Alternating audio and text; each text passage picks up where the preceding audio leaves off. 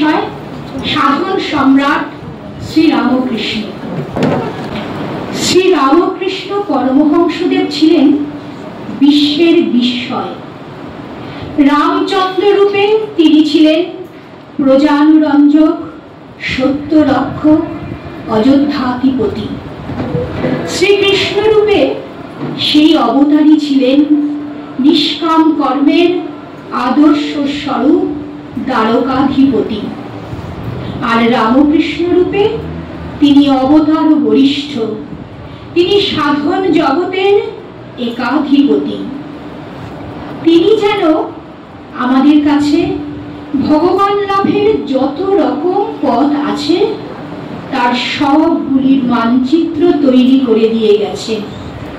কোন পথে কিভাবে যেতে হবে, যাওয়ার পথে পথে কি বিঘ্ন আসে, কি অনির্বচনীয় অনুভূতি বা হতে পারে, সব তার সাধক জীবনের পাতায় পাতায় লেখা। আমরা আজ তার পবিত্র সাধন জীবনের কথা স্মরণ করে ধন্য হব। যাবতীয় ধর্মমত জগজনে জানা, প্রতিমতে পথে প্রভু করিলা সাধনা। দেখাইলা জগজনে কল্যাণ নিদান, সব মত পথ সত্য কেহ নহে আন। পথ মত ভিন্ন ভিন্ন প্রত্যেকে প্রত্যেক, পরিণামে ফল যেটি সেটি কিন্তু এক। দ্বাদশ বার্ষিক ব্যাপী করিয়া সাধন, ধর্মদ্বন্দ্ব জগতের করিলা ভঞ্জন।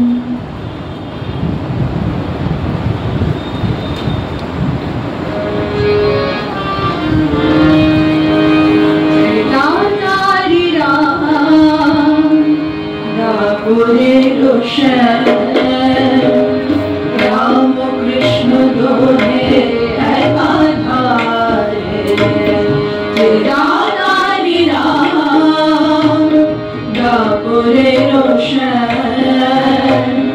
রামকৃষ্ণ দোহে গৌতমের শঙ্করের গৌতমের শঙ্করের অবতীর্ণ লয়ে ধরা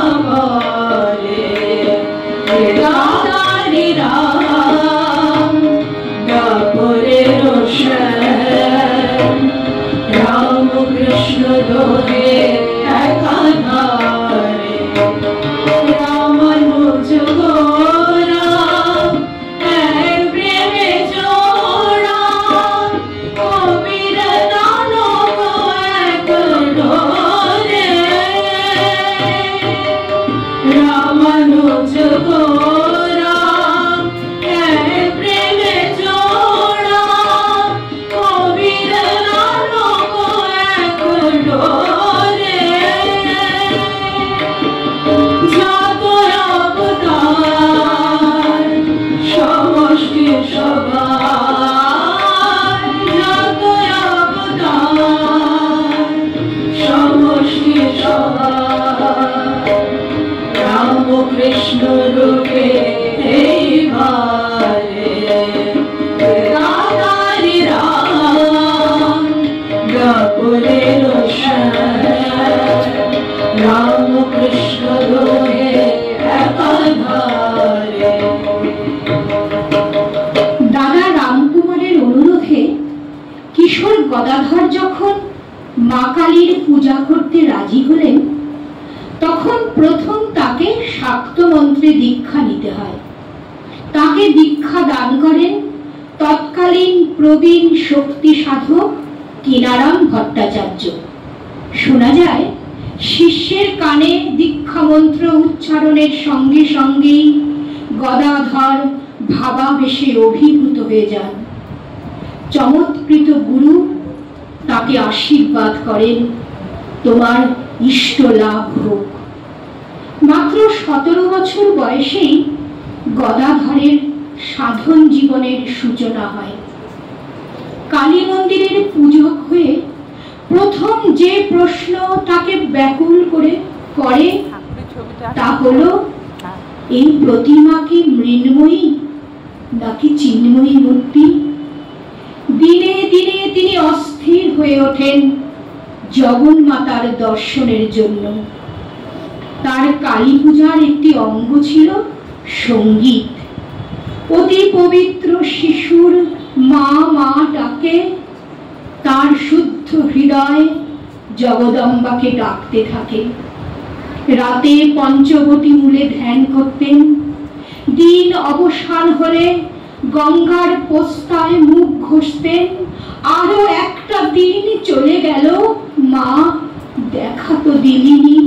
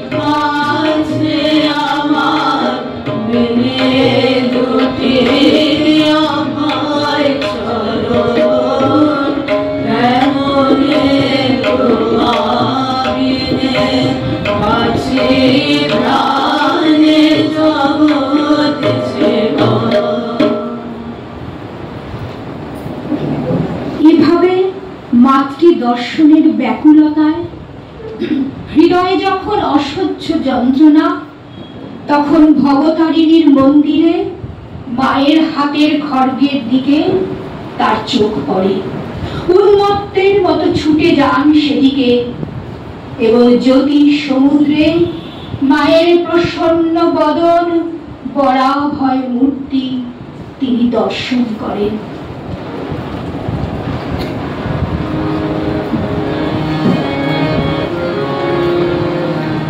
মা তো আমার নয় রে কল্পনা, ওই এক চিন্ময়ী হাস্যবদনা, নয় রে কল্পনা।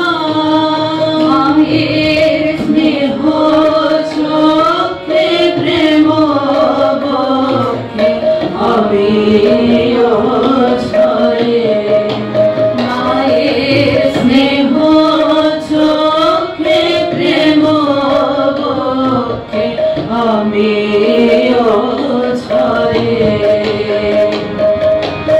আয় রে আয় ও জগৎবাসী, তোরা দেখে যায় একবার আসি, ও জগৎবাসী।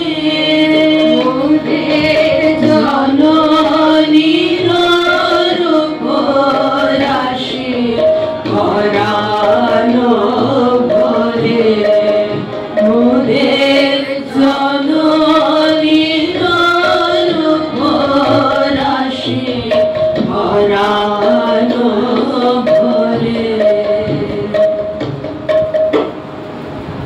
বৈদিক ভক্তির গণ্ডি পেরিয়ে রাগানুরাগা ভক্তির দুর্লভ স্বাদ গ্রহণ করতে সাধারণ সাধকের জন্ম জন্ম কেটে যায়, আর গদাধরের মাতৃ সাধনা আপন স্বচ্ছন্দ গতিতে সিদ্ধির দ্বার পার করে অতি দ্রুত প্রেমা ভক্তির পীঠ স্পর্শ করল।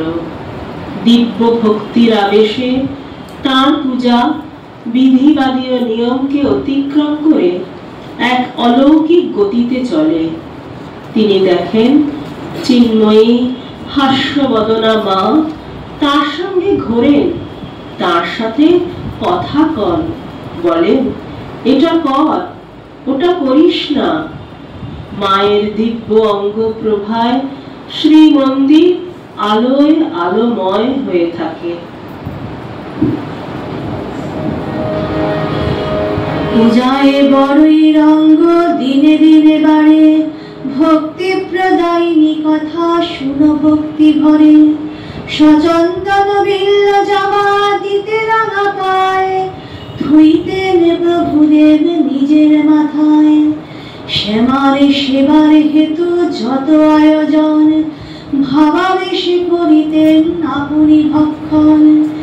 একদিন প্রভুদেব যেন শোনা যায়, খাইবারে বড় জেদ করেন শ্যামায়। জনেক দাঁড়ায় পাশে প্রভুদেবে কন, পাষাণ মূরতি শ্যামা জড় অচেতন। প্রভুদেব ধরিলেন তুলা শ্যামার নাসায়, দুলু দুলু কাঁপে তুলা নিঃশ্বাসের বায়। শ্যামার নৈবেদ্য কভু ভাবের বিউভরে, সহস্তে তুলিয়া দেন খাইতে বিড়ালে। কখনো আবেশ ভরে কখেন ফুকরি, রস রস খাবি আগে নিবেদন করি।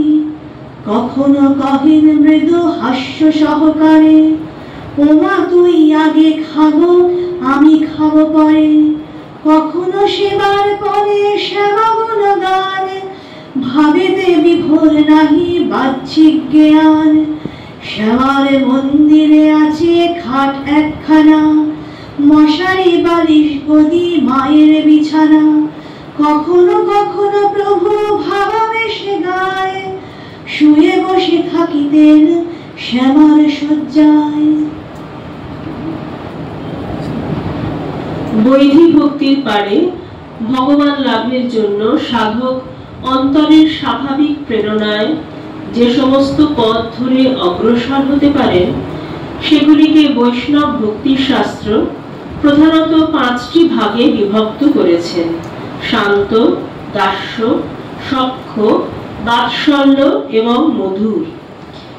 এইগুলির মধ্যে যুগপুরুষ প্রথম অবলম্বন করলেন দাস্য ভক্তির পন্থা। তুমি প্রভু, আমি দাস, এইটি এই পথের মূল মন্ত্র। একনিষ্ঠ দাস জীবনের সর্বাবস্থায় তার প্রভুকে ছাড়া আর কিছুই জানেন না।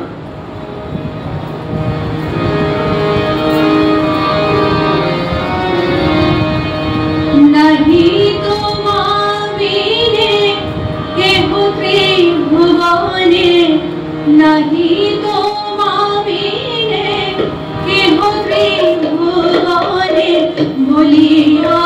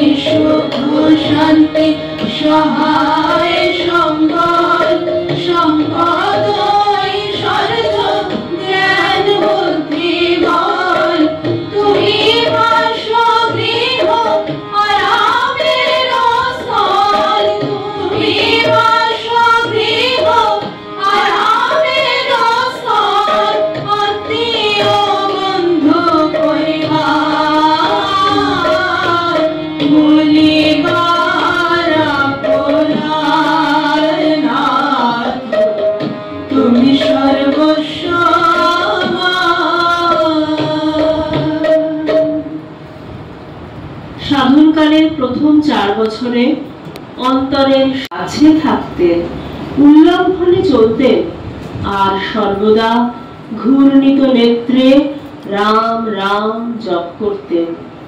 তার মেরুদণ্ডের শেষ প্রান্তের হাড় ঠিক লেজের মতো বেড়ে গিয়েছিল প্রায় 1 ইঞ্চি। পরে দাস্য ভাবের পূর্ণ সিদ্ধির পরে তার এই শারীরিক বিকারও দূর হয়ে যায়।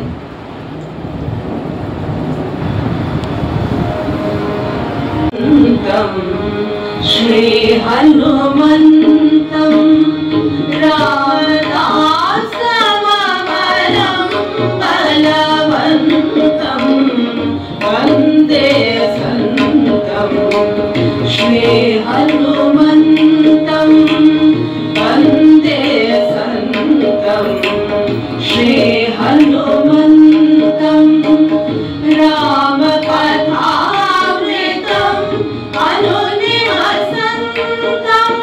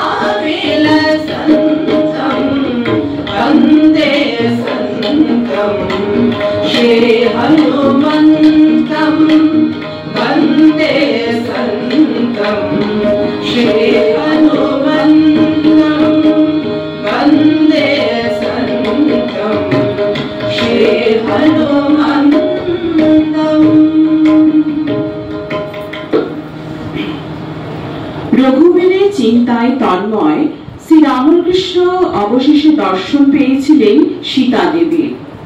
ত্রেতায় অবতারের লীলাসঙ্গিনী সীতাকে তিনি দর্শন করলেন পঞ্চবটিতে। মানবী দেহধারী সেই নারী মূর্তির মুখে প্রেম, দুঃখ, করুণা, সহিষ্ণুতার এক দিব্য সমাহার ছিল।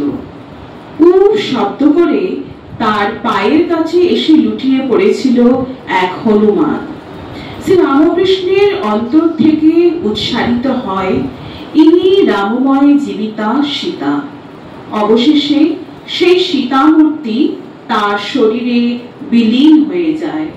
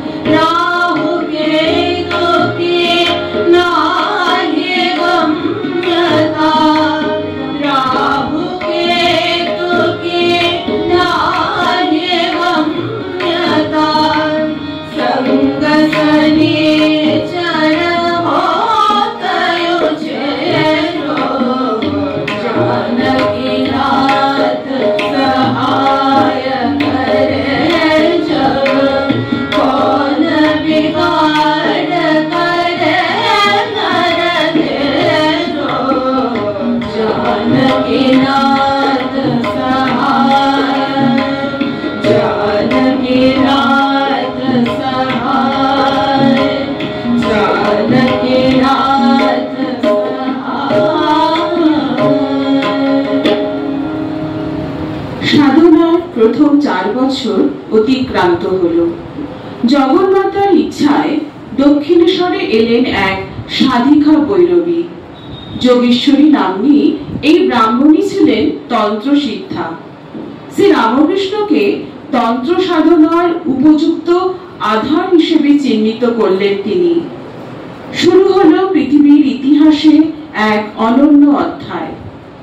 তন্ত্র সাধনার অনুভূতি হলো সর্বভূতে, সর্বজীবে, সর্বস্থানে এক মাতৃশক্তির উপস্থিতিকে অনুভব করা।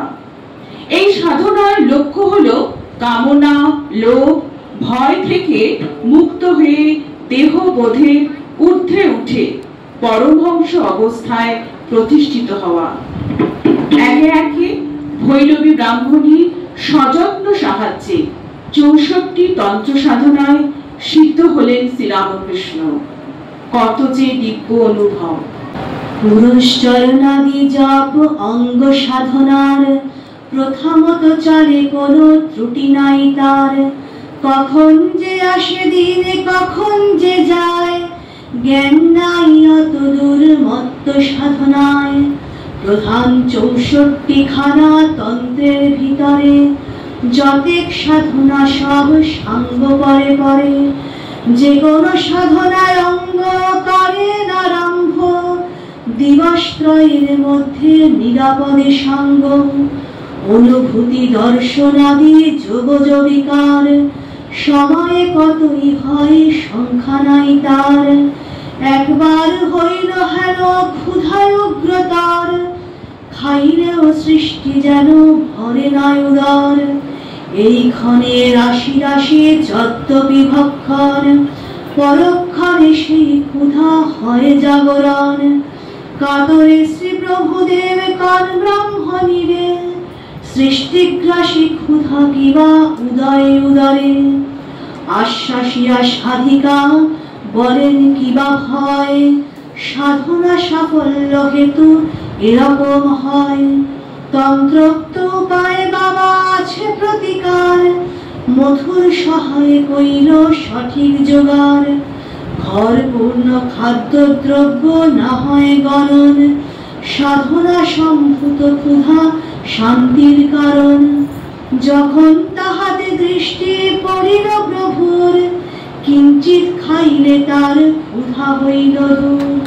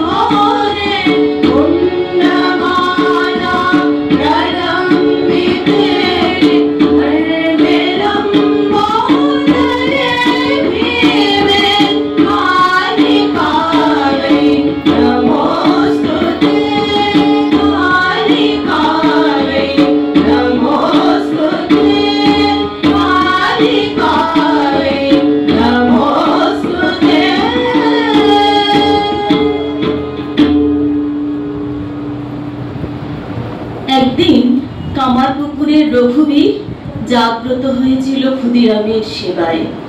বালক গদাধরের রূপে রঘুবীর ক্ষুদিরাম তনয়ের পরিচিতিতে ধরাধামে অবতীর্ণ হয়েছিলেন। সেই রঘুনাথেরই অষ্টধাতু মূর্তি রামলালা দক্ষিণেশ্বরে গদাধরের প্রেমাভক্তিতে আকৃষ্ট হয়ে তাকে বাৎসল্যভাবে সাধন পথে নিয়ে চলেন তার সাধন পর্বে। অপত্য স্নেহে ঈশ্বর আরাধনা কিভাবে করা যায় এবং সেই দিব্য অনুভবই বা কি, তার একটি স্পষ্ট চালচিত্র আমরা দেখতে পাই 1270 বঙ্গাব্দে দক্ষিণেশ্বরের গঙ্গা তীরে। শ্রী রামকৃষ্ণদেব জটাধারী নামে এক রামায়িক সাধুর কাছে দীক্ষা গ্রহণ করে তার অষ্টধাতুর মূর্তি রামলালাকে সন্তান ভাবে উপাসনা করেন। জাগ্রত জীবন্ত সেই দেব শিশুর সাথে অবতারের বাৎসল্য লীলা কাহিনী সাধু সাধু পদে পদে। ठुमकी चलत रामचंद्र, ठुमकी चलत रामचंद्र, बाजत पैजनिया। ठुमकी चलत रामचंद्र, बाजत पैजनिया। चलत रामचंद्र, किलकिलाए उठत धाय, गिरत भूमि लटपटाए। किलकिलाए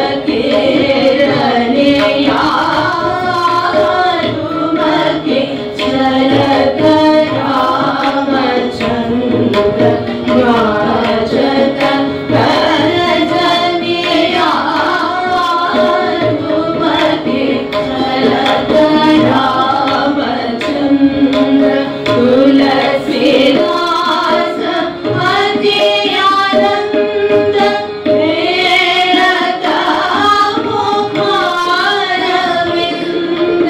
तुलसीदास अति आनंद हेरत मुखारविंद रघुवर छवि के समान रघुवर छवि के समान रघुवर छवि के समान रघुवर छवि बढ़िया तुमके चलत रामचंद्र तुमके चलत रामचंद्र तुमके तुमके तुमके तुमके तुमके चलत रामचंद्र भजत करजनिया तुमके चलत रामचंद्र।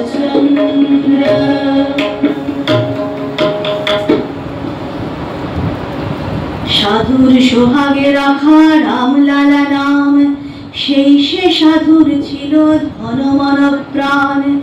ভিক্ষালব্ধ যাহা কিছু জোগাড়ে পাইত, রেথে বেড়ে ঠাকুরের ভোগ লাগাইত।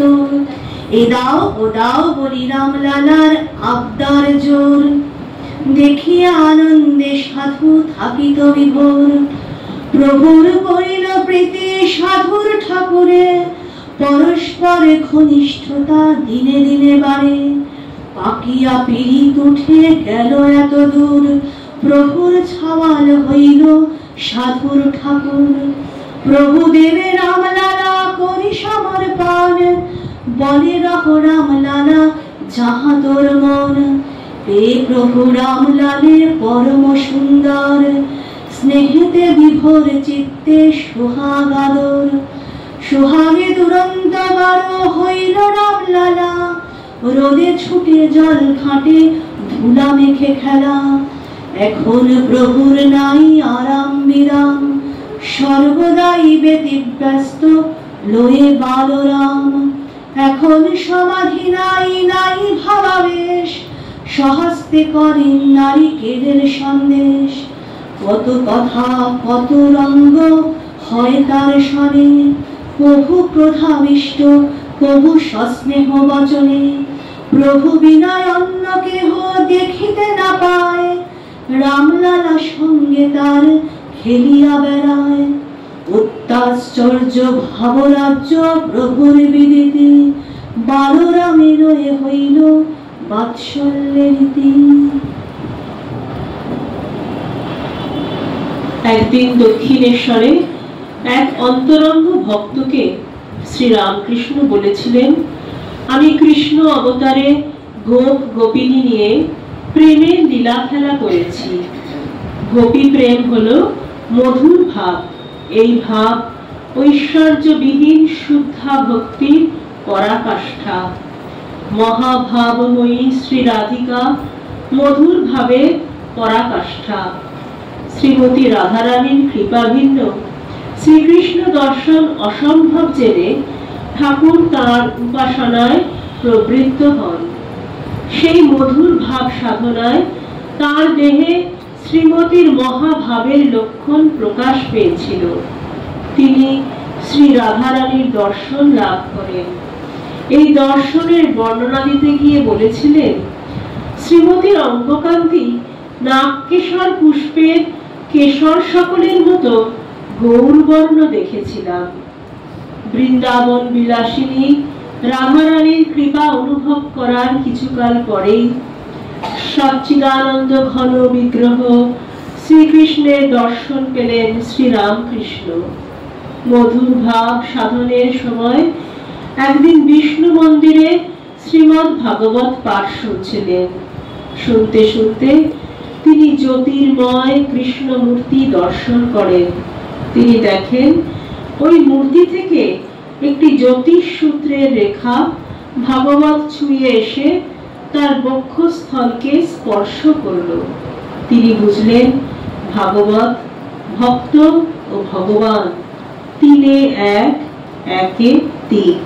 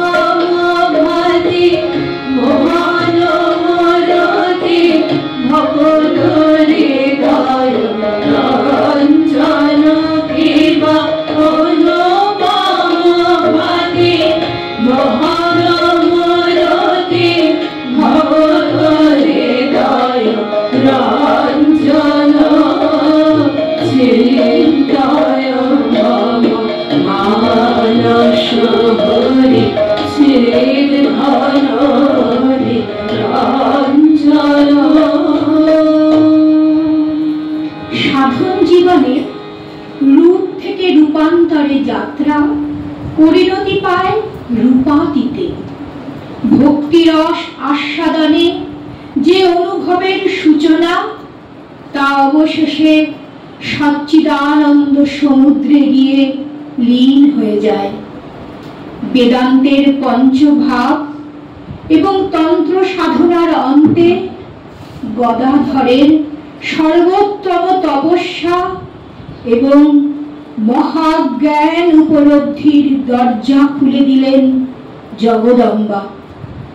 শ্রী রামকৃষ্ণদেবের সে সময় বেদান্ত মতে নিরাকার সাধনার আগ্রহ জন্মালো।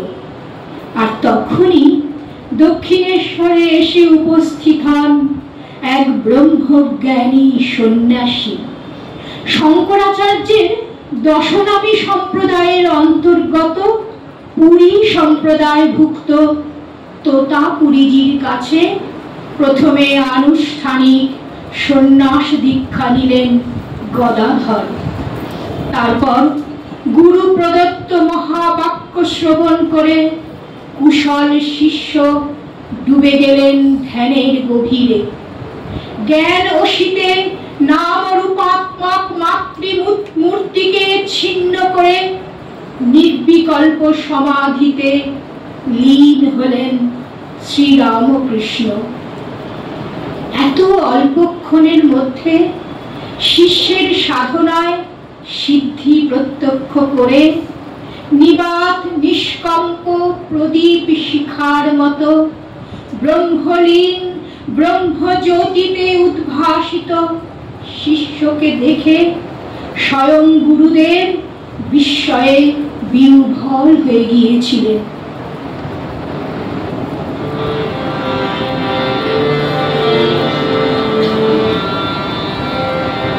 নাহি সূর্য নাহি জ্যোতি, নাহি সূর্য নাহি জ্যোতি, নাহি শশাঙ্ক সুন্দর ভাসে তোরে ছায়া ভাসে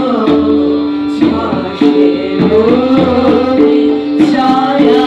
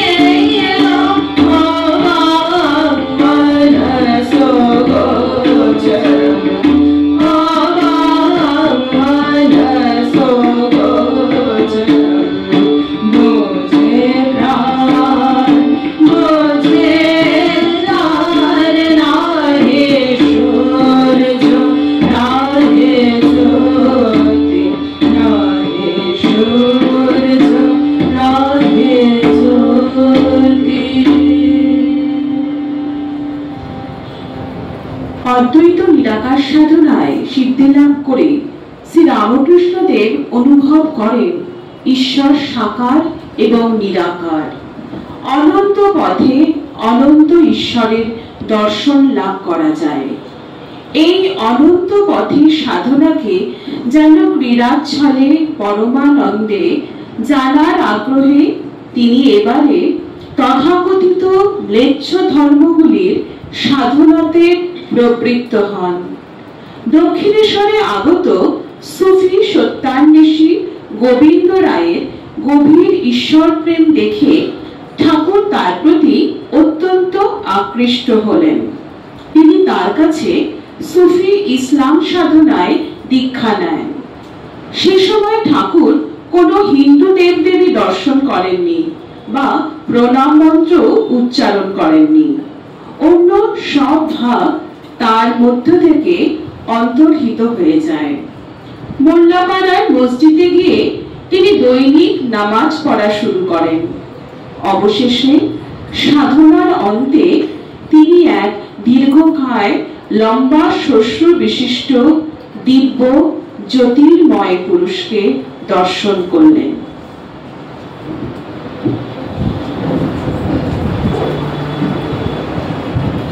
একমাত্র আল্লাহ মন্ত্র অহরাত্র জপে, গমন না হয় মার মন্দির তরফে।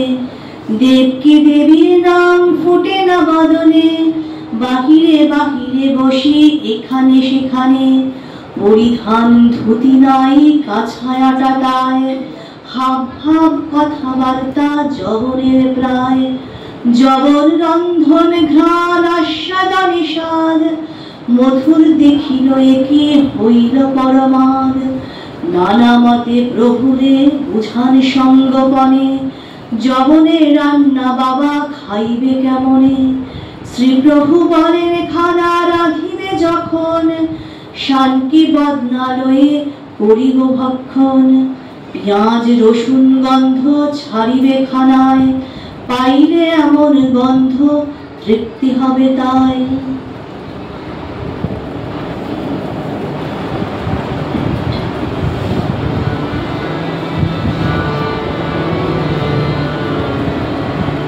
तेरी रहमतों में कमी नहीं,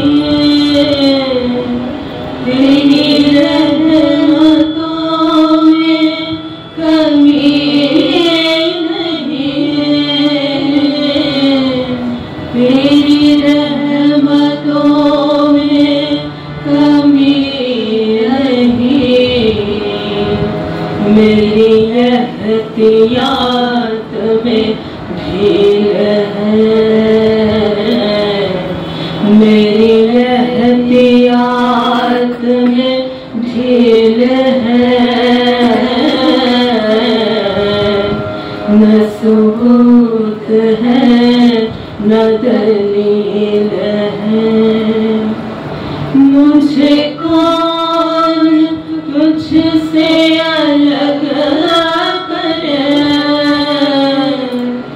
मुझे कौन तुझसे अलग करे, मुझे कौन तुझसे अलग करे। मैं टूट प्यास तो झील है, मैं टूट प्यास तो झील है। न सबूत है न दलील है, तेरा नाम कितना है मुख्तसर, तेरा नाम, तेरा नाम, तेरा नाम कितना है मुख्तसर, तेरा नाम कितना है मुख्तसर। तेरा जिक्र कितना तवील है, न सबूत है न दलील है। मेरे साथ रब जलील है, मैं टूट प्यास तो झील है। तेरा जिक्र कितना तवील है, मेरी एहतियात में ढील है। मेरे साथ रब जलील है।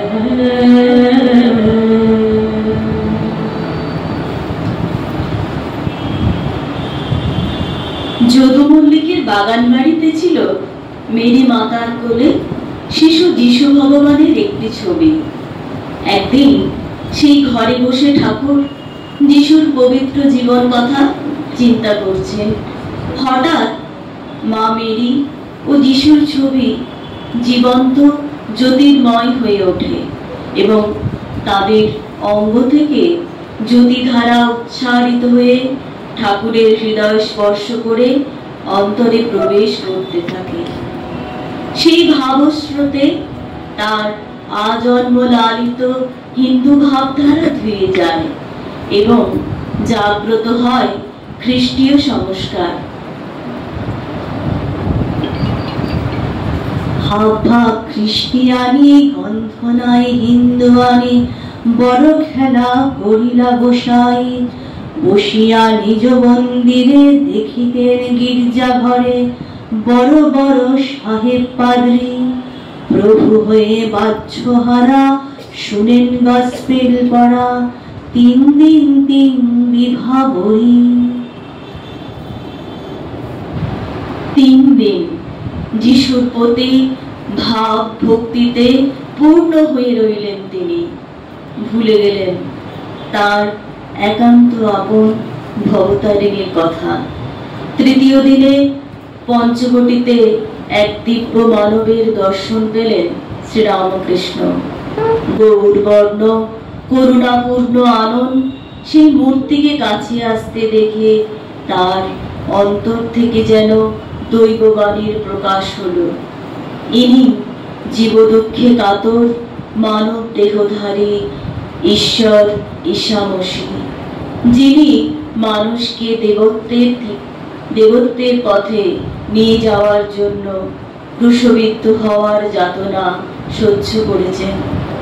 দেবতা তাকে আলিঙ্গন করে তার শরীরে বিলীন হয়ে গেলেন।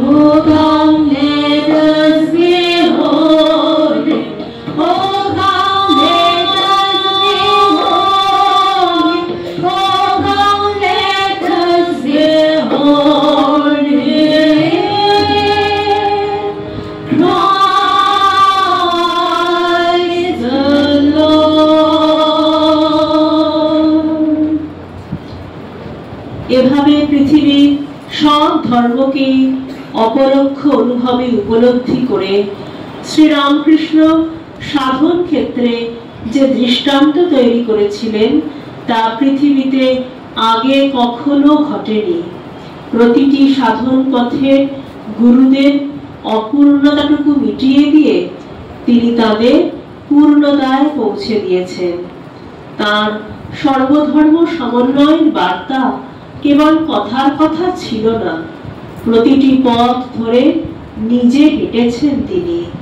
তারপর পথের ঠিকানা দিয়েছেন। পথের শেষে যে অনশ্বর সম্পদ আছে তার সন্ধান দিয়েছেন। তাই যে কোনো মতের মানুষ ঠাকুরের কাছে এসে পরমানন্দ নিয়ে ফিরত।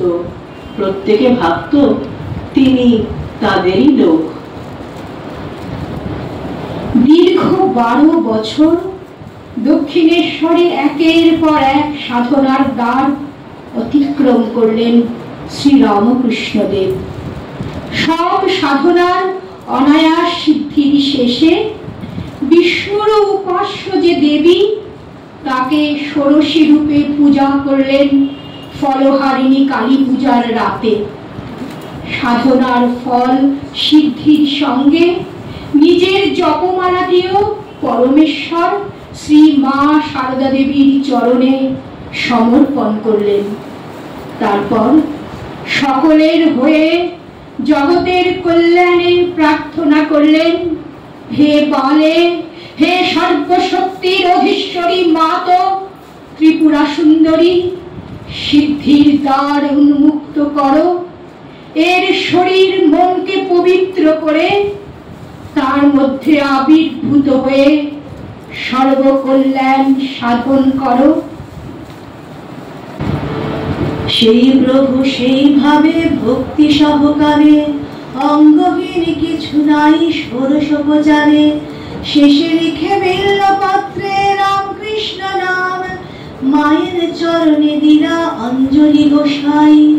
হেন পূজা শ্রী প্রভুর নীরবে লইলা, শ্যামা সুতা গুরু মাতা ব্রাহ্মণের বালা। কি বুঝো মন শ্যামা সুতা মাকে, বিল্ল পাত্রে প্রভুদেব নিজ নাম লিখে। সমর্পণ করিয়া পুজিলা যার পায়, কি জ্ঞান কর মন হেন গুরুমায়। লইতে প্রভুর পূজা সাধ্য হেন কার, বিনা সেই আত্মা শক্তি সৃষ্টির আধার।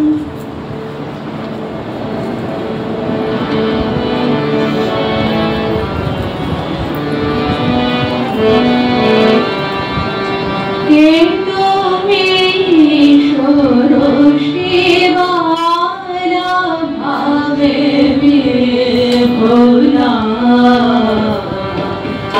কে তুমি ষোড়শী বালা ভাবে বিভোলা।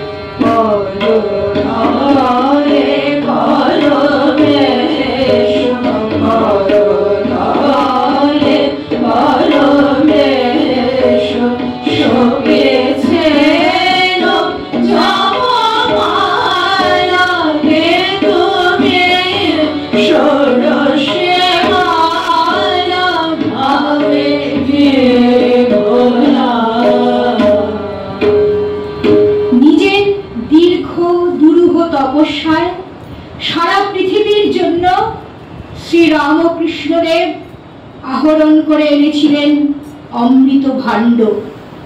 বিলিয়ে দিয়েছিলেন সেই অমৃত পাপ তাপ ভরা স্বার্থ কলুষময় এই মলিন ধরাতে। তাই দেব কি মানব পরিচয়ে আজ হেন প্রেমিকের বলো কি বা কাজ। শুধু লয় মনে রাতুল চরণে করিতে জীবন দান।